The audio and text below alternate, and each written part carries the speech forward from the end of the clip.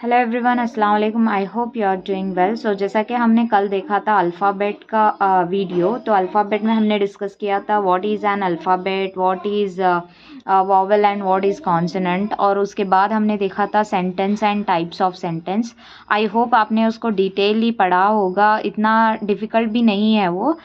तो यहाँ पे मैं आगे के चैप्टर शुरू करने से पहले पेपर 2 का मैं सिलेबस यहाँ पे बताना चाहूँगी, क्योंकि मैक्सिमम टॉपिक्स यहाँ पे उन्होंने कवर किए हैं। अगर हमें ये बिना जाने अगर हम ग्रामर स्टार्ट करेंगे तो उसका भी हमें कुछ फ़ायदा नहीं होगा अच्छा खासा।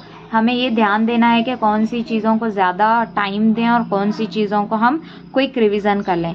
तो पहले जो एरियाज़ हैं पेपर 1 के फोकस एरियाज़ है रीडिंग कॉम्प्रिहेंशन, मतलब होता है unseen passage, and vocabulary and language use, grammar and language use, writing ability and methods and approaches. तो ये 5 एरियाज़ हैं, तो ये बहुत डिटेली हमें पढ़ना होगा।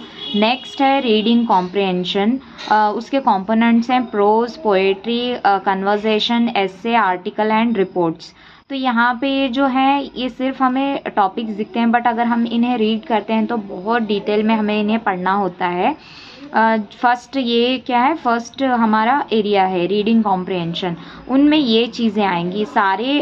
एक बात आप जहन में रख लो, जितना आपका वोकैबुलरी स्ट्रांग है उतनी आपको इंग्लिश इजी होगी। वो कैसे इम्प्रूव करना है मैं आपको ज़रूर बताऊंगी। नेक्स्ट पार्ट आएगा लैंग्वेज, वोकैबुलरी एंड लैंग्वेज। तो ये हमारा सबसे अहम इम्पॉर्टेंट टॉपिक है vocabulary.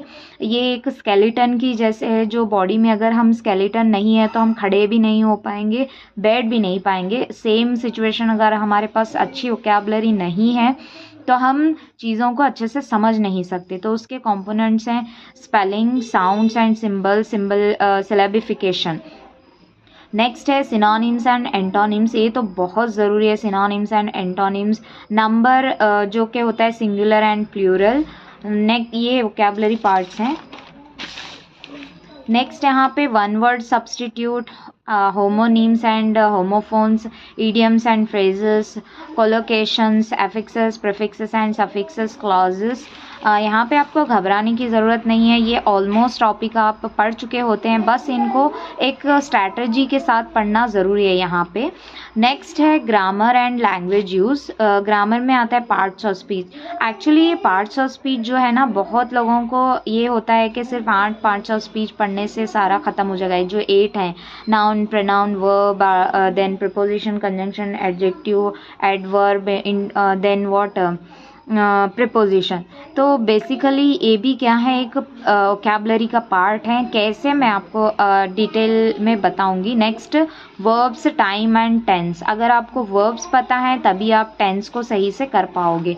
Next finite and non finite verbs, active and passive voice, word derivatives and phrasal verbs, articles, question tags and framing questions, then punctuation and error correction। ये भी बहुत important topic है जो बहुत सारे लोग इस पर ज़्यादा ध्यान नहीं देते। अगर आप कॉम्पिटिटिव एग्ज़ाम्स में कोई भी पेपर अच्छे से करना है इंग्लिश का, तो आपको ये भी नॉलेज होना बहुत ज़रूरी है।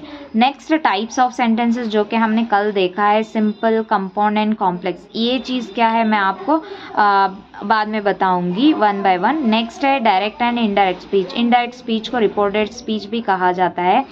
हमारा नेक्स्ट है फिगर्स ऑफ स्पीच एंड इसको पोएटिक डिवाइस भी कहा जाता है। Next idioms, compound words, collocations. Next modal and auxiliary functions and notions. Next है prepositions, prefixes and suffixes. Next उसके बाद आता है phonology, vowelic and consonant sound, diphthongs and consonant. ये फोनेटिक चैप्टर में आपका आएगा। नेक्स्ट सिलेबिफिकेशन, अगर आप फोनेटिक सिंबल्स पता है तभी आप सिलेबिफिकेशन कर पाओगे। नेक्स्ट स्ट्रेस एंड इंटोनेशन, उसको कैसे रीड किया जाता है, उसका स्ट्रेस क्या है वो भी। Next transformation, degrees of comparison, actives and passives, reported speech, types of clauses, using words as different parts of speech. तो ये सारे यहाँ पे इतना ज़्यादा घबराने की ज़रूरत नहीं है आपको। अगर आप वोकैबुलरी पार्ट अच्छे से कर रहे हैं और पार्ट्स ऑफ स्पीच को अच्छे से आप समझ रहे हैं तो ये सारी चीज़ें आपको इंशाल्लाह ईजी हो जाएंगी। नेक्स्ट आता है हमारा राइटिंग एबिलिटी। एक्चुअली ये जो रिटर्न पेपर होने वाला था तो उसको अभी ये फिर से इसको एमसीक्यू में किया गया है। अगर आप राइटिंग प्रैक्टिस करेंगे, उन स्टेप्स को याद करेंगे तो वो भी एमसीक्यू में आप इजीली सॉल्व कर सकते हो। तो यहाँ पे इसके कंपोनेंट्स हैं: common errors in writing, editing, identifying and correcting errors, guided free composition writing, completing stories, paragraph writing, descriptive, narrative. ये जो सारी चीज़ें हैं ना, मैं यहाँ पे एक बात बोलना चाहूँगी। आप सबसे पहले आप सारे इंग्लिश के टेक्स्ट बुक्स कलेक्ट करके आप रोज़ाना 1 या 2 चैप्टर को कंप्लीट कीजिए और उसकी राइटिंग प्रैक्टिस, जो पीछे जो एक्सरसाइज दिए होते हैं, मैं क्वेश्चन आंसर्स की बात नहीं कर रही, जो grammar, writing part, reading part जो भी दिया गया होता है ना, उस पर आप ज़्यादा ध्यान दीजिए, क्योंकि 50% क्वेश्चंस चांसेस हैं कि टेक्स्ट बुक से ही आए। हो सकता है वोकैबुलरी, सिनोनिम्स पूछे जाएं, बट पैटर्न पूरा टेक्स्ट बुक से ही आएगा। Next is pedagogy. पेडागोजी तो एक बहुत ही इम्पॉर्टेंट टॉपिक है। अगर आप इसको करें तो मैक्सिमम एक टीचर के लिए बहुत अहम टॉपिक है, तो इसको आपको प्रैक्टिस करना ही है। तो इसका भी हम डिटेली देखेंगे। तो सबसे पहले हम कौन सा टॉपिक देखें, मैंने ये इसलिए हैंड रिटन लिखा है ताकि हमें ये ध्यान रहे कि कौन कौन सी चीज़ें आने वाली हैं।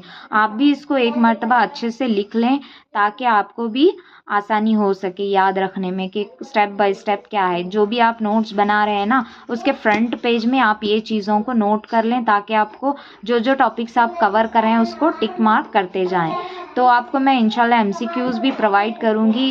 इतना है कि आपको फोकस रहना है अपने बिजी शेड्यूल्स को, अननेसेसरी दिमागी जो आपके दिमाग में चलती रहती हैं चीज़ें, उनको इस दौरान थोड़ा हटाने की कोशिश कीजिए। अदरवाइज़ जो भी हम पढ़ रहे हैं उसको याद रखने में थोड़ी हमें डिफ़िकल्टी हो सकती है अगर आप ये सारी चीज़ें हमारे दिमाग में हैं।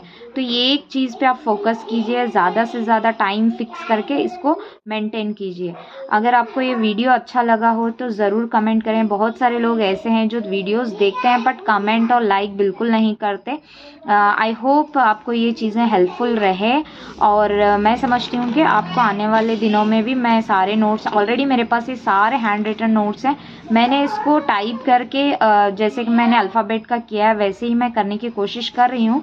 बट अगर टाइम ना होगा तो मैं हैंड रिटन नोट्स ही आपको एक्सप्लेन करूँगी। Thank you once again.